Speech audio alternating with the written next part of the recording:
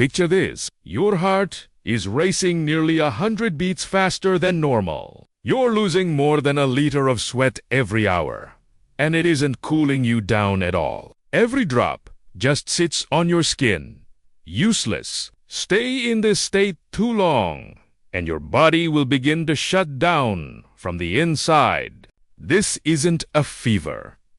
It isn't an illness. It simply heats the right combination of temperature and humidity, doing exactly what it's capable of doing to the human body. And according to scientists, more of us are about to find out what that feels like, whether we're ready or not. Tonight's story isn't about ancient kingdoms or forgotten mysteries. It's about something far closer to home. The invisible line our bodies have survived beside for 2 million years, and how quickly the modern world is pushing us past it. Survivors might not be enough for what's coming. When people picture deadly weather, they imagine hurricanes tearing through coastlines, or tornadoes ripping across open plains. Heat rarely makes the list, and yet, in the United States alone, heat has killed more people over the past 3 decades than hurricanes and tornadoes combined. The reason it stays invisible is simple. Heat doesn't announce itself with dramatic footage. It works quietly, internally, 1 degree at a time, until suddenly it doesn't. A professional football player collapsed during a summer practice when the heat index climbed past 110 degrees Fahrenheit. By the time anyone realized what was happening, his internal temperature had already reached a level the human body was never designed to survive. He died within hours. His story became the reason research labs now exist, purely to understand how heat destroys the body from within, and how to stop it before it's too late. To understand why heat is so dangerous, you first have to understand what your body is doing every single second just to stay alive. Every cell in your body burns a molecule called ATP for energy, and burning that fuel produces heat as a byproduct. Even sitting still, your body is quietly generating warmth. Start moving, exercising, working under the sun, and that internal furnace kicks into overdrive, producing far more heat than your body can safely hold onto.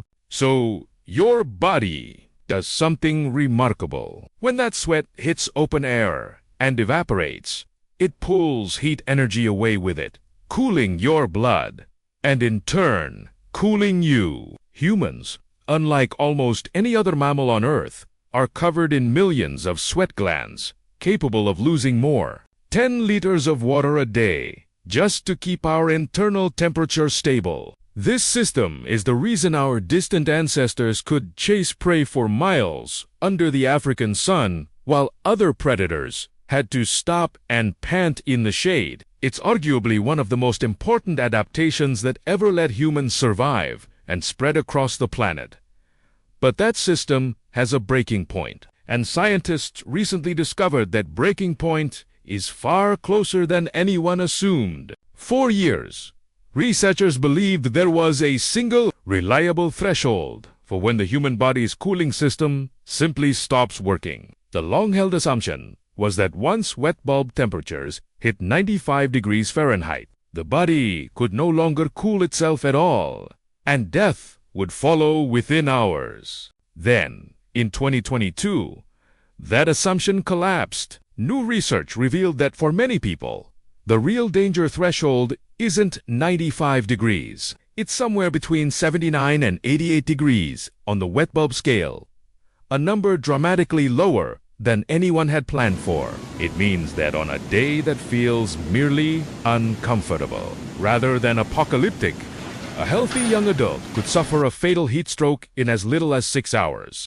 The line between hot day and lethal day turned out to be far thinner than science had ever warned us. Here's what happens once that line is crossed. As humidity rises, the air around you becomes saturated with water vapor, leaving no room for your sweat to evaporate. Your body's air conditioner simply switches off, even as it keeps producing sweat faster and faster in a desperate, failing attempt to cool down. Your blood thickens as it loses water. Your heart has to work harder to push that thickened blood through your body. Critical minerals, sodium, potassium, the electrolytes. Your nervous system depends on drain out of you faster than they can be replaced. Your core temperature keeps climbing. First comes the headache, then dizziness, cramping, confusion. In the most extreme cases, delirium, loss of consciousness, and organ failure follow the body's own cooling mechanism, becoming the very thing that overwhelms it. All of this can unfold not over days, but within hours, in conditions that, on paper, don't even sound especially extreme. Dangerous heat isn't spreading evenly across the world, and that's not an accident of geography. It's often a legacy of decisions made nearly a century ago. In the 1930s and 40s, certain American neighborhoods were officially graded by risk for mortgage lending. A practice known as red areas with more residents of color were systematically ranked as high risk and denied investment. Those same neighborhoods have dramatically less tree cover than wealthier areas nearby. In some cities, as much as half as many trees. The result is that formerly redland neighborhoods can run up to 13 degrees hotter than wealthier districts in the very same city, exposing the people who live there to significantly greater risk during every heat wave. Add in the fact that concrete and asphalt-heavy cities already trap and radiate extra heat, a phenomenon known as the urban heat island effect.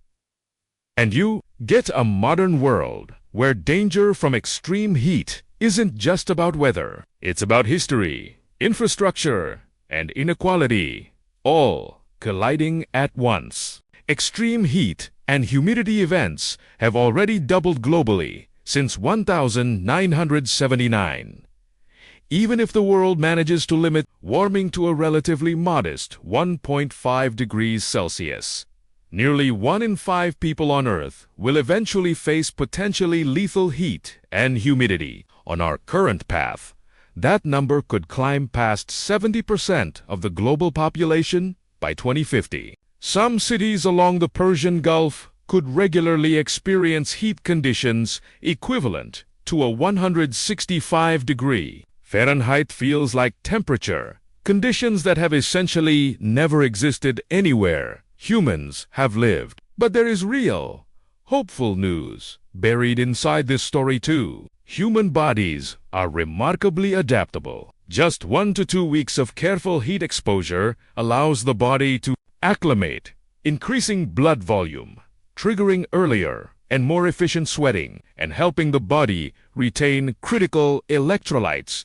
instead of losing them. Simple policy changes, like scheduling outdoor sports and labor around wet bulb temperature instead of standard air temperature, have been shown to cut heat-related deaths by nearly 80% in regions that adopted them. And something as low-tech as planting trees has been estimated to save over 1,000 lives during heat waves every year in the United States alone, while providing billions of dollars in natural cooling. 2 million years of evolution built one of the most efficient cooling systems in the animal kingdom, wrapped inside a fragile, sweating, remarkable human body. It carried our ancestors across scorching landscapes no other predator could survive. But it took less than 2 centuries for us to build a world capable of outrunning that system entirely. The question that remains isn't whether our bodies can adapt. History says they can, faster than we might expect. And join me next time for another journey into the science hiding behind the everyday world around us.